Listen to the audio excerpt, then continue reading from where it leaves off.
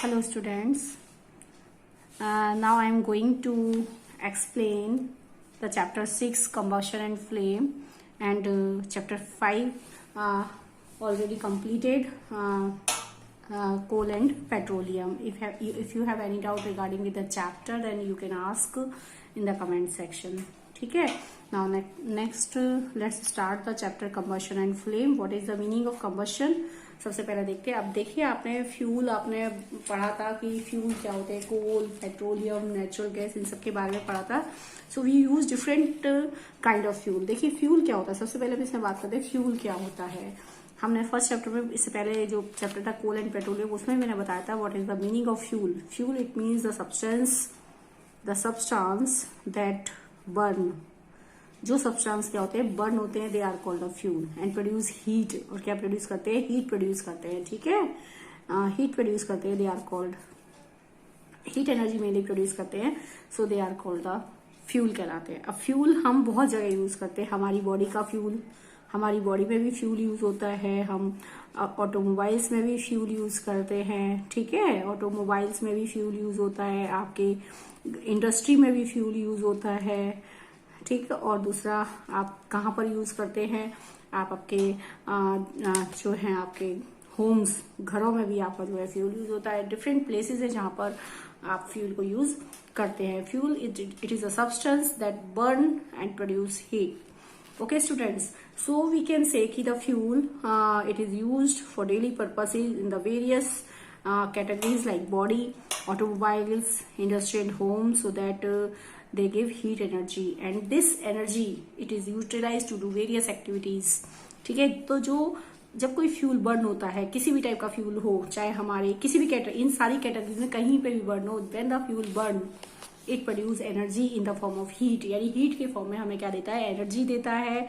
And this energy it is utilize to do various work. बहुत सारे काम करने के लिए यूज की जाती है.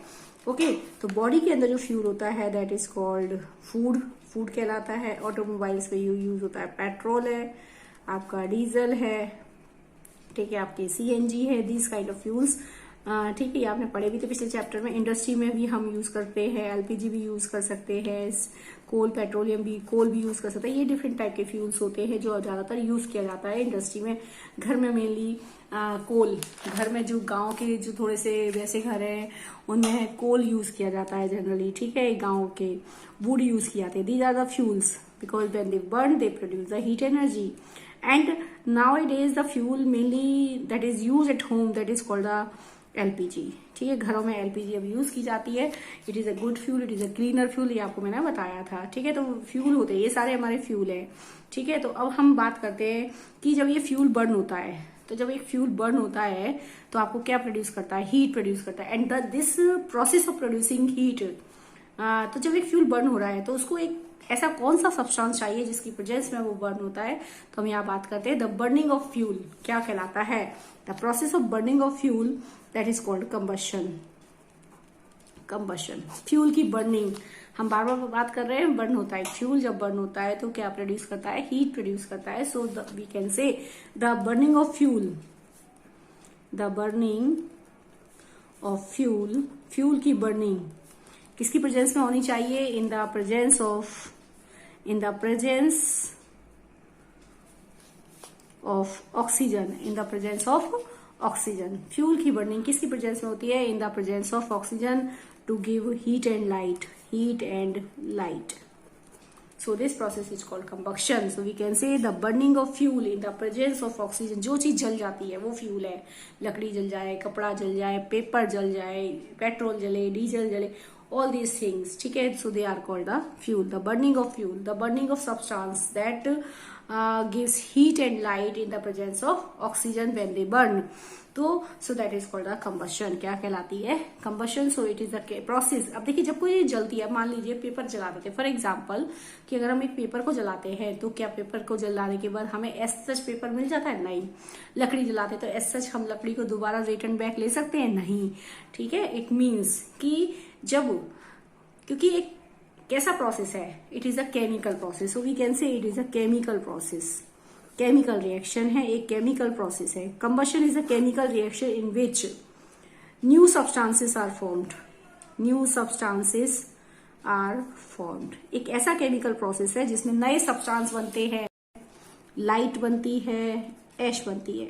न्यू सब्सटेंसेस आर फॉर्म्ड और and the chemical composition of the previous substance change. ठीक है, और जो आपका पूरा जो सब्सटेंस आपने लिया उसका पूरा केमिकल कंपोजिशन चेंज हो जाता है and we can say new substances are formed. क्या बनते हैं? नए सब्सटेंस बनते हैं, like that heat, light and ash. Such type of substances are called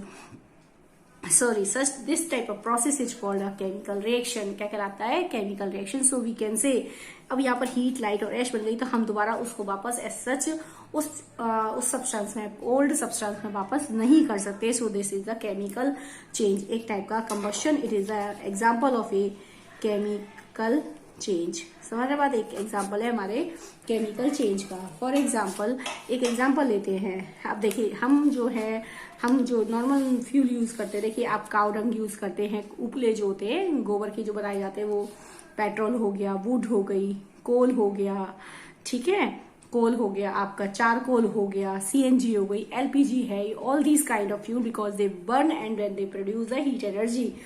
ठीक है, तो ये हमें प्रोड्यूस होती है। ठीक, अब अगर मैं बात करूं कि अब देखिए मैंने दो नाम यहाँ पर हैं, एक होता है कोल, एक होता है चारकोल, इन दोनों से। ठीक है, चारकोल, ये दो वर्ड मैं आपको बता रही हूँ, ध्यान से देखिए। कोल का हमने पढ़ा था, it is a fossil fuel, it is a natural product है। ठीक है, नेचुरल प्रोडक्ट है। Charcoal is a man made product है and they produce heat and also called they are fuel. ये भी फ्यूल कहलाते हैं। कोल हो गया, चारकोल हो गया, वुड की बात करूं तो वुड भी है। दूसरी बात कोक है, ये हमने वर्ड पढ़े हैं। देखो लकड़ी आप सब जानते हैं, कोयला हम जानते हैं। मैंने दो वर्ड यहाँ बताए, कोक एंड चारकोल। चारकोल आपके लिए नया है, जबकि कोक आपने पढ़ा था पिछले चैप्टर में कि कोल से कोक बनता है। ठीक है, तो यहाँ पर वुड और कोल ये दो आपके नेचुरल सब्सटेंसेस हैं, लेकिन कोक और चारकोल ये दोनों आपके मैन मेड सब्सटेंसेस हैं, यानी मैन मेड फ्यूल है। Man made fuel, coal and wood is the natural fuel because when they burn they produce heat and when the coke and charcoal these are the man made fuels। ठीक है, man made fuel है, बनाए जाते हैं and they act as a fuel. किसका काम करते हैं? फ्यूल का काम करते हैं। तो इन दोनों फर्क क्या है? देखिए हमने कोक का फॉर्मेशन देखा था कि कोक कैसे बनता है। जब हम कोक में से कोल से कोक कैसे बनाते हैं? कोल में जब हम कोल को हीट करते हैं बहुत हाई टेम्परेचर पर, eight the high temperature in the absence of air. दो कंडीशन है, high temperature and in absence of air. समझ रहे बात? जब हम कोल को हीट करते हैं at the high temperature in the absence of air, so we can say two conditions are required for the burning of coal। High temperature in the absence of air. जब हम इसको हीट करते हैं तो इसका जितना भी वोलेटाइल मैटर होता है, वोलेटाइल मैटर यानी ऐसा सब्सटेंस जो उसके अंदर वेपोराइज हो जाता है, इजिली वेपोराइज हो जाता है। वोलेटाइल मैटर वो होता है जो इजिली वेपोराइज हो जाए, यानी गैस में कन्वर्ट हो जाए। तो जो भी इसके अंदर वोलेटाइल मैटर होता है सारा रिमूव हो जाता है और जो रिमेनिंग सब्सटेंस बनता है दैट इज कॉल्ड कोक कहलाता है। सिमिलरली अगर हम वुड को बर्न करते हैं, ठीक है, यानी we can say coke it is a man made product that is obtained by the coal. ठीक है, but because it consist mainly carbon, इसमें मेनली कार्बन होता है, so it is a good fuel then the coal. अगर मैं would की बात करूं तो अगर मैं वुड को हीट करती हूँ, ठीक है, अगर हम वुड को हीट करें at the high temperature, same conditions are required, high temperature and in the absence of air. इन दो कंडीशन में अगर हम लकड़ी को हीट करते हैं तो इसके अंदर जितना भी वोलेटाइल मैटर होता है, ठीक है, वोलेटाइल मैटर है, वो सारा क्या हो जाता है? रिमूव हो जाता है and the remaining substance that left behind we can say the substance that left behind that is called charcoal. एक तो ये बात हुई, दो सब्सटेंस, दो हमारे पास फ्यूल हो गए, एक कोक है, चारकोल है। Both are the man made product but coal and wood both are the natural product and all these act as a fuel because when they burn they produce heat and light, but coke and charcoal are much better fuel in comparison to the coal and wood because they produce more heat। इनमें carbon की amount ज्यादा होती है, so they produce the more heat in comparison to the coal and wood। ठीक है, आगे next. अब इनमें एक चीज का फर्क हो रहा है कि जब आप जब हम चारकोल को जलाएं, ठीक है, जब हम चारकोल को बर्न करते हैं, एक पॉइंट और मैं बता रही हूँ आपको। चारकोल को अगर मैं बर्न करूं, ठीक है। और मैं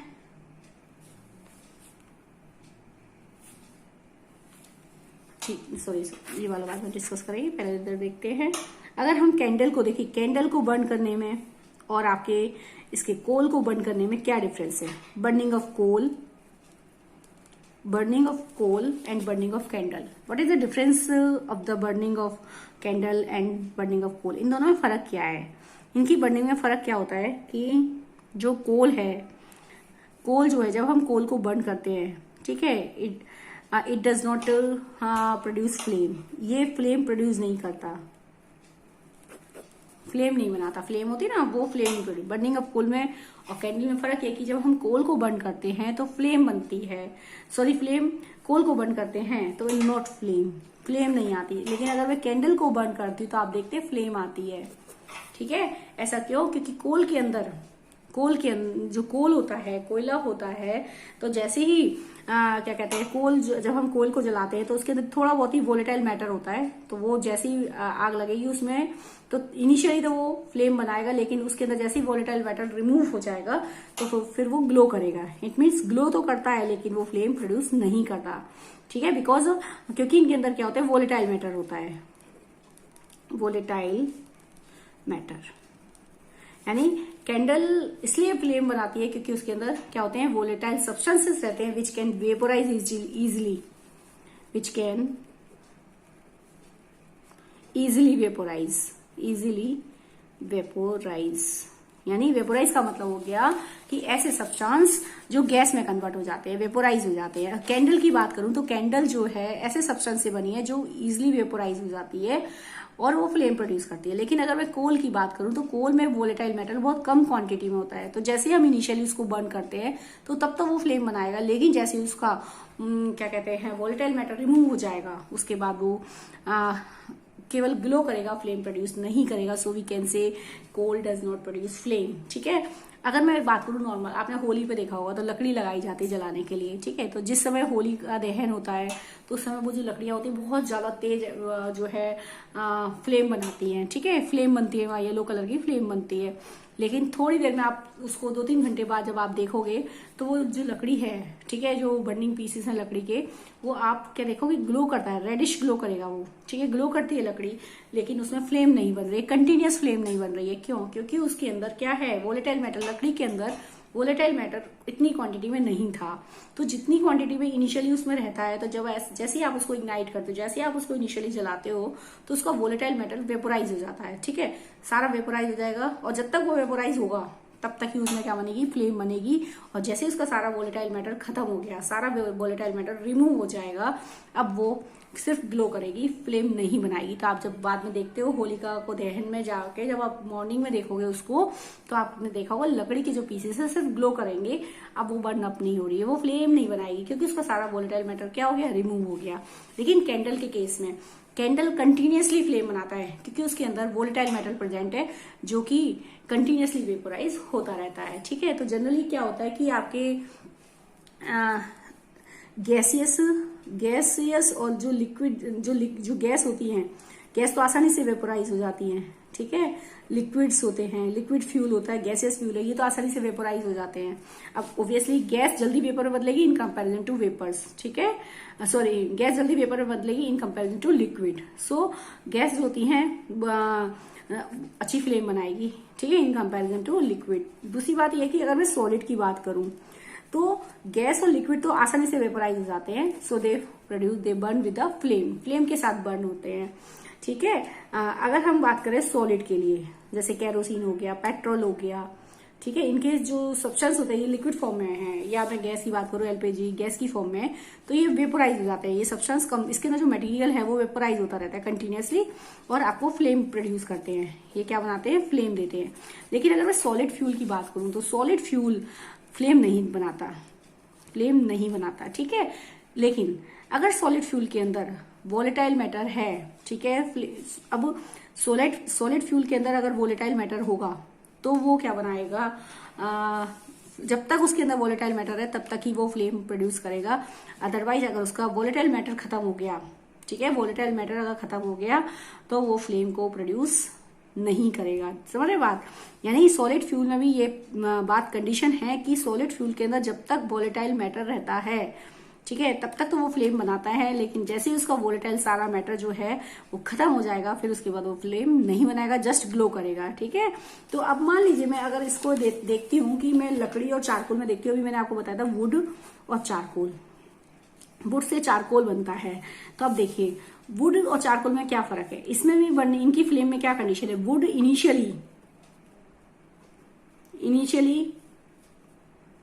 इनिशियली क्या बनाएगा, फ्लेम बनाएगा, क्योंकि बिकॉज ऑफ वोलेटाइल मैटर। ठीक है, लकड़ी इनिशियली फ्लेम प्रोड्यूस करेगी क्योंकि इसके अंदर वोलेटाइल मैटर है। जैसे इसका वोलेटाइल मैटर सारा ऑल वोलेटाइल मैटर जो है रिमूव हो जाएगा, तो वो क्या नहीं बनाएगी, फ्लेम प्रोड्यूस नहीं करेगी, जस्ट ग्लो करेगी। अब चारकोल, लकड़ी के जलने से तो चारकोल बनता है। अब चारकोल के अंदर तो इसका मतलब नो वोलेटाइल मैटर, इसके अंदर तो वोलेटाइल मैटर है ही नहीं। ठीक है, अब इसके अंदर तो वोलेटाइल मैटर ही नहीं है चारकोल के अंदर। समझ रहे बात? चारकोल के अंदर वोलेटाइल मैटर बिल्कुल भी नहीं है, तो इट मीन्स कि जब इसमें वोलेटाइल मैटर नहीं है तो ये क्या नहीं बनाएगा, डज नॉट प्रोड्यूस फ्लेम, ये फ्लेम नहीं बनाएगा। समझ रहे बात? It means it only glow करेगा। समझ रहे? दोनों में चीजों में डिफरेंस है। वुड और चारकोल की बर्निंग में क्या डिफरेंस है, वुड इनिशियली फ्लेम बनाती है जब तक उसके अंदर वोलेटाइल मैटर प्रेजेंट रहता है। ठीक है, जब तक उसके अंदर वोलेटाइल मैटर प्रेजेंट रहता है वो आपको फ्लेम प्रोड्यूस करेगी। जैसे उसका वोलेटाइल मैटर सारा रिमूव हो जाएगा उसके बाद लकड़ी से ग्लो करेगी, फ्लेम प्रोड्यूस नहीं करेगी। लेकिन चारकोल की बर्निंग में फर्क है, क्योंकि लकड़ी से चारकोल बनाया जाता है, तो इसका मतलब चारकोल के अंदर तो वोलेटाइल मैटर होता ही नहीं है, क्योंकि जब हम लकड़ी को बहुत ज्यादा हाई टेम्परेचर पर इन the absence of air heat करते हैं तो would convert into the charcoal. ठीक है, तो इसका मतलब चारकोल के अंदर वोलेटाइल मैटर नहीं है, बिल्कुल भी नहीं है, स्मॉल क्वांटिटी में भी नहीं होता। It means when we burn the charcoal no volatile matter is present in it, so it does not produce flame and it just only glow. क्या करता है, ग्लो करता है। तो ये इनकी बर्निंग में डिफरेंस है। ठीक है, नेक्स्ट पॉइंट देखते हैं।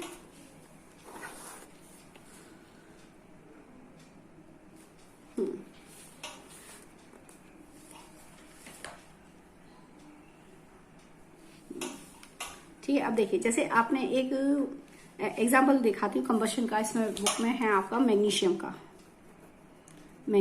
रिबन का।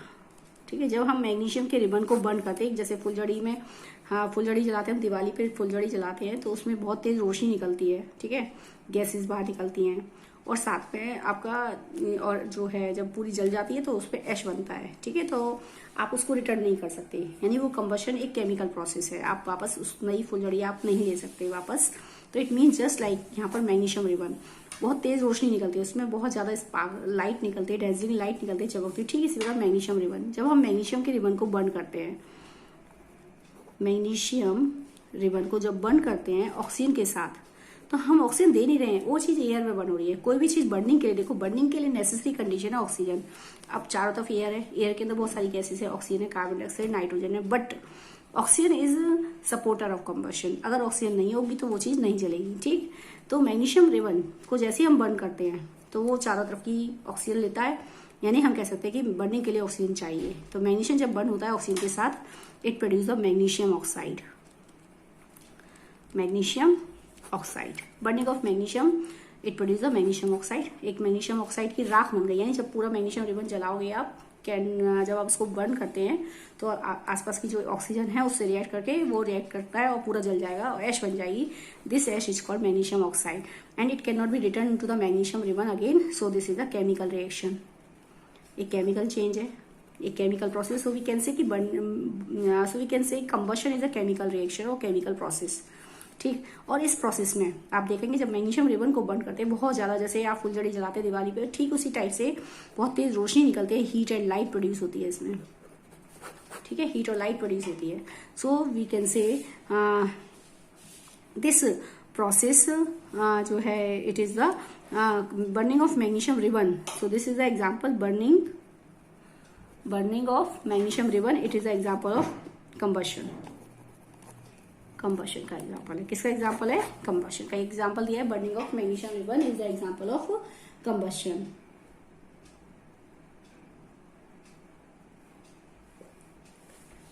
ठीक है, आगे देखते हैं नेक्स्ट।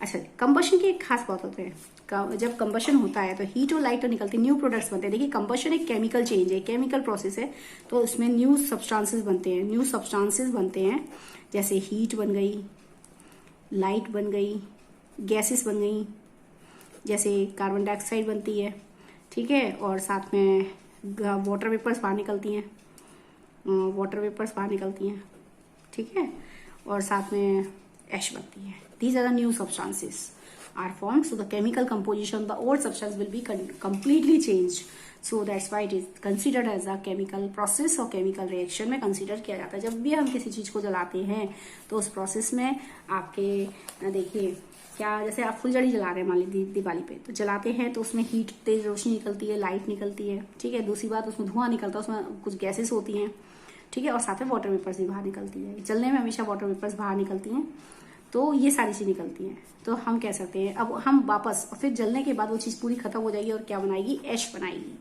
ठीक है। So we can say it is the combustion, so we can say it is a process, it is a chemical change because new substances are formed, so we can say combustion is a chemical reaction। एक ऐसा process है, chemical reaction है, ठीक है। अब हम बात करते हैं आगे। तो अगर मैं बात करूं, अब हमारी बॉडी की बात करते हैं। देखिए हमारी बॉडी में भी फ्यूल यूज होता है, बॉडी के अंदर हम ह्यूमन बॉडी की बात कर रहे हैं, ठीक है। ह्यूमन बॉडी का जो फ्यूल है that is the food fuel है, आप जानते हैं। फ्यूल जो है, जो हमें, जैसे हम खाना खाते हैं तो एनर्जी मिल जाती है, अदरवाइज नहीं आती। क्यों? इसका मतलब फूड क्या होता है, ऑक्सीजन के साथ, जो हम सांस में ऑक्सीजन लेते हैं, ठीक है, ऑक्सीजन के साथ इसका ब्रेकडाउन होता है and it produce carbon dioxide, water and energy. ये चीजें बाहर निकल जाती हैं। यानी हमारी ह्यूमन बॉडी में food act as a fuel, ठीक है, उसका क्या होता है, ब्रेक डाउन होता है in the presence of oxygen. यानी फूड का ब्रेक डाउन हो रहा है in the presence of oxygen and new substances are form like carbon dioxide, water and energy.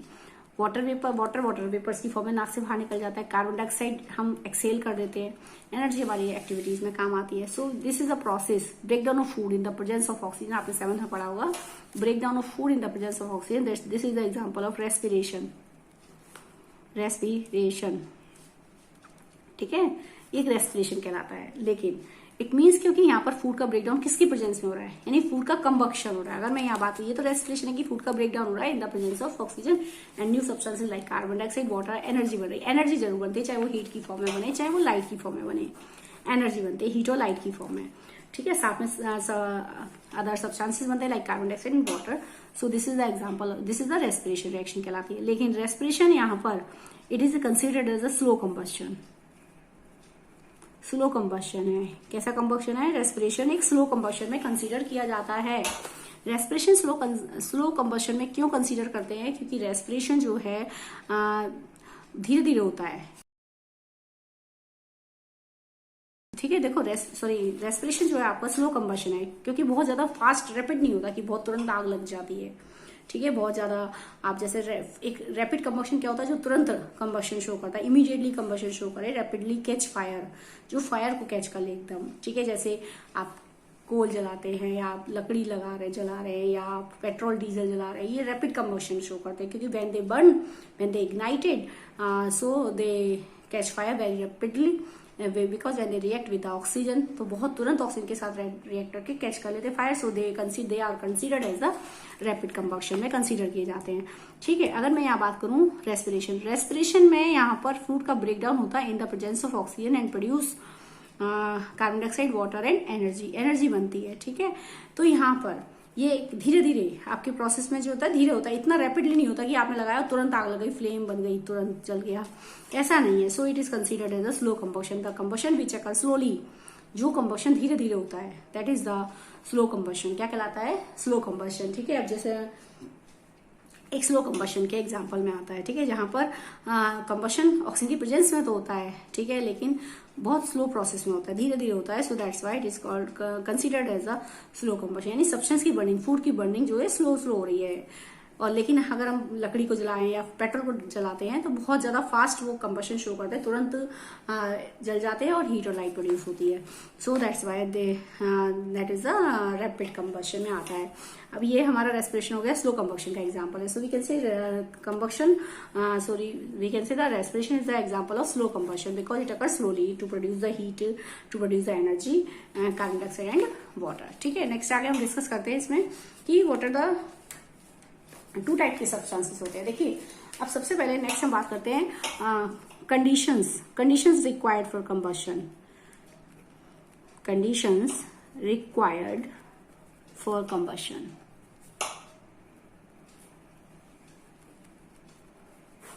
Conditions required for combustion. ठीक है, कंबशन के लिए क्या क्या कंडीशंस होनी चाहिए? हमारे पास 3 conditions are required for combustion, 3 conditions are required like combustible substances।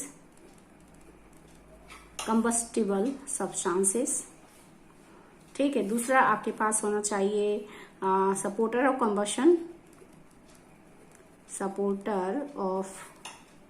Combustion यानी oxygen is the supporter of combustion. Third one is that ignition temperature, इसका दूसरा नाम है Kindling temperature, KINDLING, Kindling temperature भी कहते हैं। ठीक है, तो सबसे पहले हम बात करते हैं these are the conditions required for combustion. Combustion होने के लिए कौन कौन सी कंडीशंस रिक्वायर्ड हैं? Combustible substance, supporter of combustion and that is the ignition temperature. इनमें से अगर एक भी चीज मिस हो जाएगी तो वहां आग नहीं लगेगी, यानी वहां जो है कंबशन नहीं होगा। अगर इनमें से अगर मान लो ऑक्सीजन नहीं हो, ठीक है, मानो लकड़ी रखी है, ऑक्सीजन नहीं है उस कमरे में, तो इट मीन्स वहां आग नहीं लगेगी। और जिस जगह पे एक ऐसे कमरे में जिसमें कंबस्टिबल मटेरियल है ही नहीं, तब भी वहां आग लगने का तो मतलब ही नहीं है कि जब कंबस्टेबल मटेरियल ही नहीं है तो आग नहीं लगी। दूसरा पॉइंट है इग्निशन टेम्परेचर, इसको भी मैं बाद में डिस्कस करती हूँ। ठीक है, तो सबसे पहले देखते हैं कंबस्टिबल मटेरियल। देखिए, सब्सटेंस 2 टाइप के होते हैं। एक जो होते हैं देखिए सब्सटेंस 2 केस के टाइप के होते हैं, जो आग पकड़ लेते हैं और जो आग नहीं पकड़ते। The substance which catch fire and not catch fire. 2 type के सब्सटेंस हो गए, जो सब्सटेंस कैच कर लेते हैं फायर, जो सब्सटेंस कैच नहीं करते फायर। जो सब्सटेंस फायर को कैच कर लेते हैं, ठीक है, जो सब्सटेंस अब देर से करें जल्दी कर रहे हैं भाई। अब मैं बात करूं एलपीजी की, तो एलपीजी बहुत जल्दी करती है, पेट्रोल डीजल थोड़ा देर से, पेट्रोल डीजल भी जल्दी कर लेते हैं, लकड़ी थोड़ा देर से करती है। ठीक है, तो ये अलग थिंग है कि वो करते कैसे है, देर से करें जल्दी करें, वो अलग थिंग है। लेकिन बात है कि वो फायर को कैच करते हैं, so they are called combustible substance, so they are called combustible material कहलाते हैं। लेकिन अब कुछ ऐसे सब्सटेंस होते हैं जो कि मतलब अगर हमारे पास कुछ ऐसा सब्सटेंस जगह है जहां पर कंबस्टिबल मटेरियल पेट्रोल डीजल तो हमेशा लगा रहेगा, आग लग सकती है। ठीक है, लेकिन नॉन कंबस्टिबल मटेरियल, अब नॉन कंबस्टिबल मटेरियल क्या होते हैं? आपने देखो किसी घर में क्या कहते हैं आग लग जाए तो सब कुछ जल जाता है, सोफा जल जाए, कोई कपड़ा है, रुई है उसके अंदर, ठीक है, फोम होती है, वो सब जल जाती है, कंबस्टिबल है। गैस है, सिलेंडर है, तार है, सब वायर वगैरह सब कुछ जल जाएगा। ठीक है, पर्दे हैं, ऑल दीज थिंग्स। ठीक है, लकड़ी है, लकड़ी तो सारे घर में फर्नीचर में लगी होती है और साथ में आपके दरवाजे खिड़कियों में भी होती है, तो ये सारा जल जाएगा क्योंकि कंबस्टिबल मटेरियल, इसलिए घर में आग लग जाती है क्योंकि कंबस्टिबल मटेरियल प्रेजेंट है। अब देखो घर तो जल जाए, लेकिन लोहे की दरवाजे, लोहे की खिड़की, लोहे की रेलिंग, ये सब नहीं जलती क्योंकि वो क्या है, नॉन कंबस्टिबल है। तो वी कैन से कि the substance which does not catch fire, जो सब्सटेंस कैच नहीं करते, फायर को कैच नहीं करते। ठीक है, देखो यहाँ पर रैपिड कंबक्शन और स्लो कंबक्शन में क्या था कि ऑक्सीजन के साथ तो कंबक्शन हो रहा है फ्यूल का, लेकिन यहाँ पर फायर नहीं कैच होती है, so it is the slow combustion. ठीक है, यहाँ रेस्पिरेशन स्लो कंबक्शन में आता है, लेकिन जहां पर फायर कैच हो जाती है वो एग्जाम्पल हमारा रैपिड कंबक्शन में आता है। So we can say the combustion, the rapid combustion in which the substance catch fire, ठीक है, immediately, so they are called the rapid combustion, and which the substance react with oxygen, produce heat energy, and but they do not catch fire नहीं करते। so this is the example of the slow combustion, यानी जहां पर 2 type का combustion है कि कौन कितनी जल्दी फायर कैच कर रहा है और कौन नहीं करता। देखिए 2 टाइप का हो गया, एक हो गया रैपिड और एक हो गया स्लो कंबक्शन। रैपिड कंबक्शन वो कहलाता है जब एक सब्सटेंस तुरंत ऑक्सीजन के साथ रिएक्ट करके कैच कर लेता है फायर, वो रैपिड में आता है। स्लो कंबक्शन वो होता है कि वहां पर एक सब्सटेंस ऑक्सीजन के साथ तो रिएक्ट करता है, ठीक है, स्लो प्रोसेस में रिएक्ट करता है, लेकिन वहां पर हीट एनर्जी बनती तो है, लेकिन क्या नहीं होती, कैच नहीं होती, फायर कैच नहीं होती, so this is categorise as the slow combustion. तो respiration is the example of slow combustion. Rusting of iron is also slow combustion. Rusting of iron, अब आप देखेंगे, अब आप हो गई रस्टिंग ऑफ आयरन के लोहे पे जंग लगना, हमने 4th चैप्टर में पढ़ा था। तो आयरन जो है अगर हम उसको मॉइस्ट एयर में रख देते हैं, तो मॉइस्ट एयर का मतलब जानते हैं, ऑक्सीजन होनी चाहिए, तो ऑक्सीजन के साथ रिएक्शन करेगा, जहां पर ऑक्सीजन के साथ रिएक्शन हो रही है दैट इट मीन्स कि it is a combustion, but it is a slow, क्योंकि वहां पर ऑक्सीजन के साथ रिएक्शन कर रहे हैं, न्यू प्रोडक्ट्स बन रहे हैं, ठीक है, लेकिन वो स्लो कंबशन में है, क्योंकि ऑक्सीजन के साथ रिएक्शन हो रही है। सबसे इंपॉर्टेंट थिंग कि वहां पर लेकिन फ्लेम नहीं, वहां पर क्या नहीं बन रही है, फायर कैच नहीं हो रही है, ठीक है, फायर नहीं आ रही वहां पर, it means it is a slow combustion. क्या कहलाता है वो, स्लो। लेकिन जो सब्सटेंस कैच कर लेते हैं फायर, दी जाता है कंबस्टिबल सब्सटेंस, क्या कहलाते हैं वो, कंबस्टिबल सब्सटेंस। लेकिन जहां पर ऐसे सब्सटेंस जो फायर कैच नहीं कर सकते हैं, ठीक है, जैसे अब जो फायर कैच नहीं कर सकते हैं, दीज आर कॉल्ड नॉन। अब देखिए, एक कंबस्टिबल जो फायर कैच कर सकते हैं वो कंबस्टिबल, जो फायर कैच नहीं कर सकते हैं वो आपके हो गए नॉन कंबस्टिबल में आ जाते हैं। जैसे आपके हो गया, जैसे आपका हो गया ग्लास, स्टोन हो गया, ठीक है, आपके फायर नहीं हो रही कैच, तो आपके आयरन हो गया, आयरन भी स्लो कंबस्शन में जाता है लेकिन वो फायर कैच नहीं करेगा, नॉन कंबस्टिबल में आयरन चला जाएगा, नॉन कंबस्टिबल में आ जाएगा। क्योंकि देखिए ग्लास, स्टोन, आयरन, लोहे की दरवाजे खिड़कियों, इनमें आग नहीं लगेगी, नॉन कंबस्टिबल है, क्योंकि फायर कैच नहीं होगी। लेकिन आयरन वो बात अलग है, स्लो कंबस्शन में जाता है लेकिन फायर कैच नहीं हो रही है। तो हमारे पास ऑप्शन 2 टाइप के हुए, जो फायर कैच कर लेते हैं और जो फायर कैच नहीं करते हैं, ठीक है। जो सब्सटेंस कैच कर लेते हैं fire, these are called combustible material, क्या कहलाते हैं वो, कंबस्टिबल मटेरियल। दूसरी बात, नॉट कैच फायर, जो सब्सटेंस कैच नहीं करते हैं फायर को, these are called non combustible, ये कहलाते हैं नॉन कंबस्टिबल, ठीक है। So substance for the conditions for combustion के लिए जो कंडीशन होनी चाहिए, पहला है कि सब्सटेंस कंबस्टिबल है या नहीं है। अगर सब्सटेंस कंबस्टिबल नहीं होगा तो ऑब्वियसली वहां पर आग नहीं लगेगी, ठीक है। तो देखते हैं, इस बुक में कुछ सब्सटेंस दिए हैं, इनको कैटेगराइज करना है कि वो कंबस्टिबल है नहीं है। तो देखते हैं, सबसे पहला वुड ऑब्वियसली आग पकड़ लेगा, कैच कर लेगा fire, so that is categorise combustible. Paper, yes. Iron nails, non combustible, iron nail non combustible, उसमें आग नहीं लगेगी, ठीक है, आयरन नेल नहीं आएगा। Kerosene oil, yes. Iron nail में रस्टिंग हो जाती है, it is the example of slow combustion show करता है, but can not catch fire, fire catch नहीं होगी, so we can say it is the iron nail non combustible. Kerosene oil, yes combustible. Stone में कभी आग लगते देखा है, नो, नॉन कंबस्टिबल। स्ट्रो, घास फूस जो होती है, यस कंबस्टिबल। चारकोल, यस, ठीक है, चारकोल हो जाएगा, कंबस्टिबल है ना, जलता तो है ना, चारकोल जल जाता है, it means combustible. Glass non combustible, match stick जलती है, इसका मतलब कंबस्टिबल। तो ये सारे एग्जांपल्स होते हैं जो ये शो करते हैं कि कंबक्शन होता है। कंबक्शन के कौन कौन सी चीजें कंबस्टिबल हैं और कौन कौन सी चीजें जो है कंबस्टिबल नहीं है।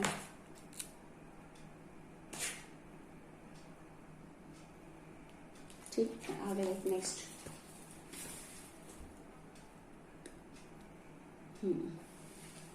अब हमारे पास क्या आता है, ये हो गया दूसरा एग्जाम्पल। दूसरी कंडीशन है हमारे पास सपोर्टर ऑफ कंबशन, ऑक्सीजन। दूसरी condition is that supporter of combustion, supporter of combustion that is oxygen. Oxygen is, अगर ऑक्सीजन ही प्रेजेंट नहीं है तो आग में लगने का मतलब ही नहीं है।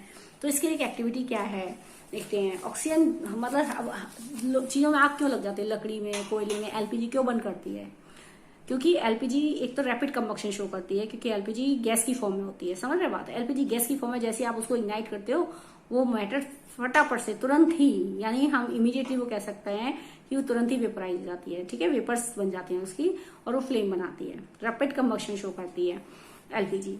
लेकिन जल क्यों रही, क्योंकि आप जानते हैं हमारे सराउंडिंग में एयर जो है उसके अंदर ऑक्सीजन है और इसलिए वो जलती है। अगर मान लो ऑक्सीजन की सप्लाई कट कर दी जाए तो वो चीज बुझ जाएगी, यानी जब तक बर्निंग सब्सटेंस को ऑक्सीजन नहीं मिलेगी वो सब्सटेंस नहीं जलेगा। तो उसके लिए एक्टिविटी क्या करी गई है, देखिए ये एक लकड़ी का वो लगा दिया गया कुछ, ठीक है, वो वुडन बोर्ड है, उसके ऊपर 2 रोलर्स रख दिए, लकड़ी के 2 मतलब स्ट्रिप्स रख दिए हैं, ठीक है, और इसमें हमने बीच में एक मोमबत्ती जला दी, कैंडल बन हो रही है, और एक कांच का जार है जो दोनों साइड से ओपन है, वो एक ग्लास जार है वो रख दिया इसके ऊपर, ठीक है, दोनों साइड से ओपन वाला। ये रख दिया। अब हमने क्या करा, जब ये दोनों साइड से ओपन है, ऊपर से भी ओपन है नीचे से भी ओपन है, तो ऑब्वियसली कि ऑक्सीजन सफिशिएंट जा रही है यहाँ पर, ऊपर से भी और नीचे से भी, तो इजिली ग्लो करेगी, अच्छे से जलेगी, हिलेगी नहीं फ्लेम, कंटिन्यूसली अच्छे से बर्न अप होगी। दूसरी बात, दूसरा हमने क्या करा, दूसरी कंडीशन देख रहे हैं आप डायग्राम में, ये जो स्ट्रिप्स लगाई है लकड़ी की ये हटा दी और इसको हमने सपोर्ट दे दिया इस बोर्ड से, ठीक है, टिका दिया इसके ऊपर। ये जो चिमनी है ये इसके ऊपर टिका दी, चिमनी बोलते हैं जो भी है, दोनों साइड से गैस वो है ग्लास जा रहा है, ये ऊपर से ढक दिया। अब देख रहे हैं यहाँ से तो ये बंद हो गया, ऊपर से खुला है। अब ऑफिस जितनी ऑक्सीजन इसके से मिलती है उतनी ऑक्सीजन नहीं मिलेगी, क्योंकि नीचे से सब बंद हो गया है, नीचे से बंद है, केवल ऑक्सीजन की अमाउंट कम हो गई इसका मतलब। अब ऑक्सीजन कम है, इट मीन्स कि वो इतना सफिशिएंटली जलेगी नहीं, ठीक है, इतना प्रॉपरली नहीं बर्न अप होगी, तो यहाँ पर वो हल्का सा फ्लिक करेगी, यानी ये जो फ्लेम है वो हल्का सा हिलती रहेगी।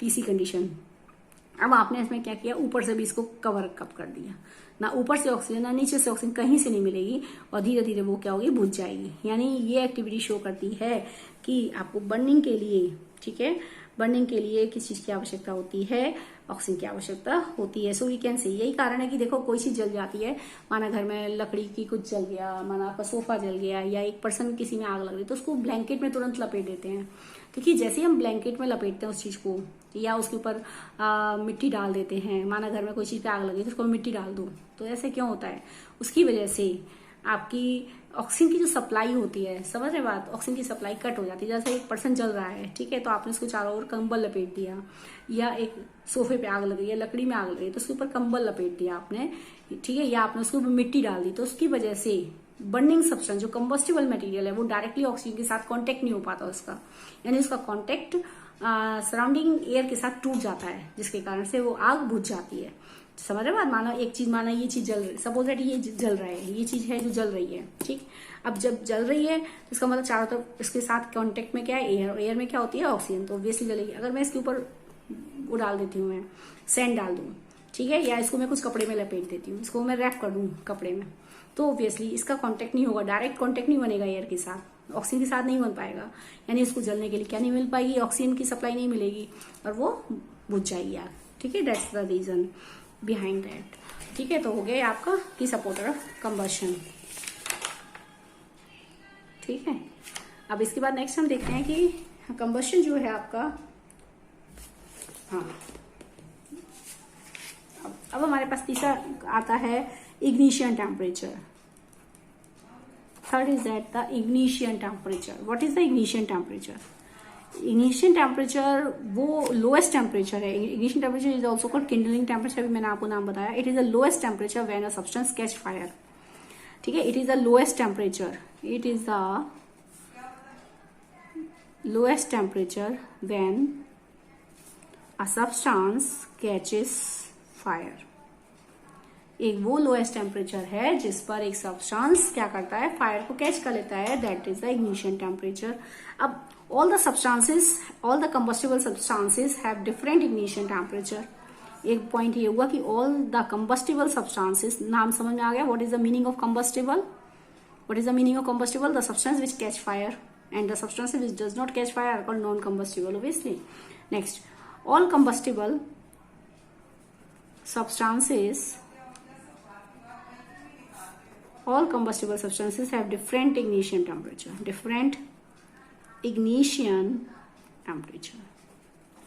सभी कंबस्टिबल सब्सटेंसेस का जो इग्निशन टेम्परेचर होता है वो अलग अलग होता है। देखो, ignition temperature it is the lowest temperature when a substance catch fire, यानी इग्निशन टेम्परेचर वो मिनिमम टेम्परेचर है जिस पर एक सब्सटेंस आग पकड़ता है, यानी वो मिनिमम टेम्परेचर जिस पर जलने के लिए उसको सफिशिएंट हीट चाहिए ताकि वो आग पकड़ ले, ठीक है। तो हर सब्सटेंसेस का अलग अलग इग्निशन टेम्परेचर होता है। आपने देखा होगा एलपीजी बर्न करूँ, मैं लकड़ी बर्न करूँ तो कौन जल्दी जलता है, इतना तो सबको पता है, कौन जल्दी जले, एलपीजी बर्न अप जल्दी होगी, ठीक है, इन कंपैरिजन टू वुड, ठीक है। आप हल्का सा, माना कहीं पे एलपीजी हल्की सी माचिस की तीली, उसमें बर्निंग मैच स्टिक छोड़ दो, पूरा एक्सप्लोड हो जाएगा एक साथ, ठीक है, पूरी की पूरी जल जाएगी, एक्सप्लोड हो जाएगा बल्कि, ठीक है। लेकिन अगर मैं लकड़ी की बात करूँ तो लकड़ी का एक छोटा सा ब्लॉक ले लूँ और उसको माचिस की तीली से जलाऊं तो वो इतनी आसानी से नहीं जलेगी। क्यों? क्योंकि उसका इग्निशन टेम्परेचर क्या है, ज्यादा है in comparison to LPG. So we can say all the combustible substances have different ignition temperature. What is the meaning of ignition temperature? It is the lowest temperature when a substance catch fire. So we can say the substances which have, the substances, next point, The substances which have very low ignition temperature, very low ignition temperature, जिसका ignition temperature कम होता है, which have very low ignition temperature, यानी जिनका ignition temperature बहुत कम होता है, तो वो बहुत जल्दी आग पकड़ लेते हैं, बहुत जल्दी से कैच कर लेते हैं फायर. ठीक है. The substances which have very low ignition temperature and catch fire very rapidly are called inflammable substances. अब मैं लकड़ी की बात करूं तो लकड़ी में एक माचिस की तीली लगाती पूरी लकड़ी जल जाएगी? नहीं ना. माना आपका लकड़ी का दरवाजा, नीचे से उसमें आग लगाओ तो पूरा दरवाजा एकदम जल जाएगा लकड़ी की तीली, वो सॉरी माचिस की तीली दिखाते नहीं ना. इट मीन्स इसका इग्निशन टेम्परेचर ज्यादा है. ठीक है. So it is not a inflammable. Inflammable substance वो सब्सटेंस होते हैं जिनका इग्निशन टेम्परेचर बहुत कम होता है and they catch fire very rapidly, बहुत जल्दी आग पकड़ लेते हैं. Like kerosene, petrol, diesel.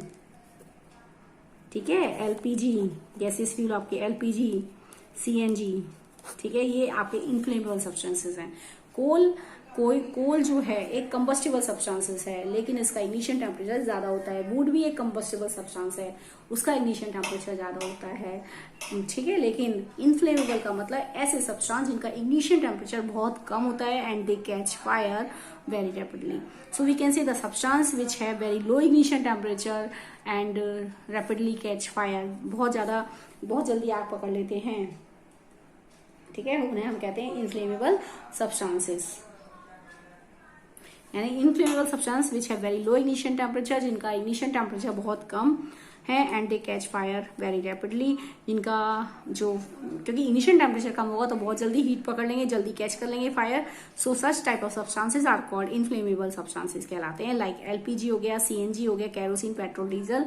All these are the inflammable substance. अगर मैं कोल की बात करूं, कोल is a combustible substance but it is not a inflammable because it has more ignition temperature. Wood हो गई combustible and not a inflammable substance. Inflammable are those substances which have very low ignition temperature and so they catch fire very rapidly. So they show the rapid combustion. सब ये क्या show करते हैं? Rapid combustion में आते हैं, बहुत fast combustion show करते हैं. ठीक है. So this is the inflammable substance. ठीक है. I also you will understand the concept of the chapter. Thank you. Have a nice day.